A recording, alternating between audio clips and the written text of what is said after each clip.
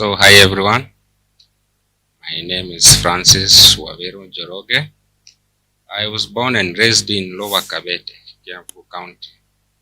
And my painful story of addiction has a span of 17 years. In the 17 years, I was in and out of rehab twice, and each time I came out worse,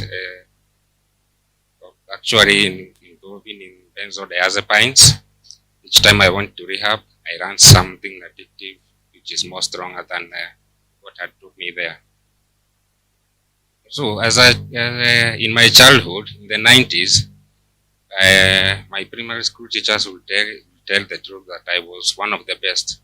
My report forms never came to number 3. I was always number 1 or number 2, 1 or 2. And my high school, I went to Kijabe High School, and I also was performing well. Then I passed well, and I was, in our times, you had to have a B to go to university. So I was taken to Graffin's College in Westerns. My dad used to work for the United Nations. And at that time, Graffin's College was a high-class college. And I was mingling with Asians, Indians. And as I was studying ICCA, Association of Chartered Certified Accountants, I had so much expectations in life. Actually, my dad used to tell me, "Now you study, the rest leave it to me. I'll get you a job at the United Nations, and you'll be very prominent." He used to tell me, "No, don't look at this car I'm driving. You will have, bigger cars." Then when I passed my certificate, he was diagnosed with leukemia, and I can remember I took the results to him at Aga Khan Hospital, and he was telling my mom, "Now, let him continue," but I couldn't. Now, because leukemia had led him to use wheelchairs, and I had to be there to lift him with my mom and my cousin every day. We lift him, put him to a wheelchair, take him out, maybe to bask in the sun. No, he would call me always. I'm the firstborn. My siblings were in high school, and the smallest one is in primary school at that time. So I was the only one there to take care of him and my mother. And I was very sure that he was going to get well. And I thought, when he gets well, now I will continue with my studies. Unfortunately, during the last days of the August 2004, we passed by a bank in Westerns, Standard Chartered, where he used to tell me to take his checks because he had some rental houses. And she told my mom, "Now you have to just close that bank." And the disease took only 6 months because it was late. So from February to August, and he was dead. And I couldn't continue with the ACCA, Association of Chartered Certified Accountants. And my drinking started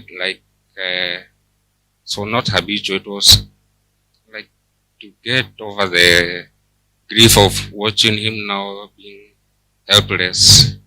Like when I'm taking him out to bask in the sun in the evening, maybe I'll go to the bar, take some drink, because I saw this was the man of the house. I trusted him.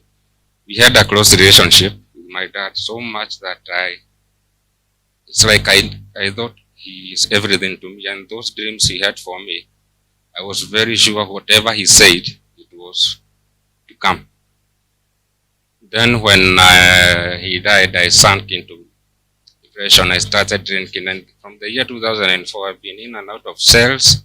I've been to industrial area prisons. I've smoked bang. I've used almost every kind of addictive substances. And it was not until 2021 that I came to Dr. Susan through my auntie, who had seen her online.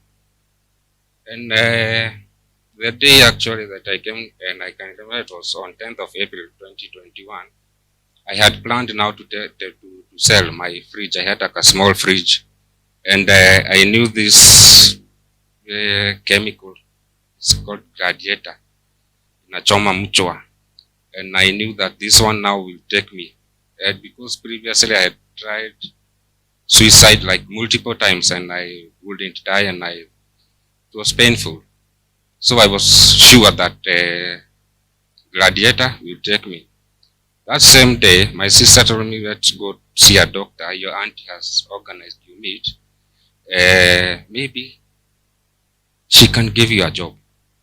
So the reason to go to Dr. Susan, I thought maybe hawa watanipatia pesa, actually wananitumia matime yangu. So we just went. And actually it was the first time that somebody told me, oh, you are actually bright. Because since I started now drinking, my relatives who used to say me very bright in primary school, they will be telling me, now look at how you become useless. Your father spent a lot trying to get you learned. You've done accounts, and then you are useless. And the place that I didn't find hatred was in the bar. And I will drink day in, day out. Before 2010, there was no motudo.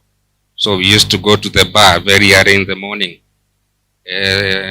You do anything. Actually, after I started learning counseling, I found out that I had some not very abnormal behaviors, because I would wake up early. I don't have even a shilling. I buy a suiti and I go to the bar, and now I start sweeping there, and then moving to Maji. Then you get paid with pombe. And I came to know that my dream of maybe becoming a suiti and working well was still there. And I also learned that in 2010, 2011, 2012, I would be crying in the bar when some songs, like one I heard today, Seasons in the Sun by Westlife, there were some songs that will be played and I'll find myself shedding tears because of my dad. And at one point in the 17 years, I thought I was actually bewitched. I tried to tell my mom, so can we go to a pastor so I can get hands laid on me? It didn't work with the pastors. It didn't work with rehabs. It didn't work with alcohol. But it worked with counseling. And when I started counseling, that's when I actually found a purpose. And from 17 years of not knowing who you are, in the 17 years I had been to Vietnam drinking more than even in Kenya, to Saudi Arabia smoking even. Actually, my life was just useless until 2021. That's why now I can say fruitfulness started coming in form of counseling.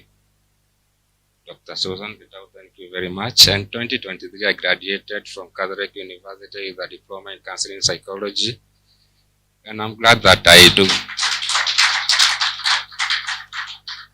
Yes, and it was in association with Africana College. Thank you, my principal. And I come to appreciate life through counseling. I have platforms for sobriety. I have guys who look up to me in our village, Kabete, when I go there. I have parents calling me, telling, oh, talk to him, talk to my son, because they've tried. And I just don't know. I just can't thank God and fellow human being.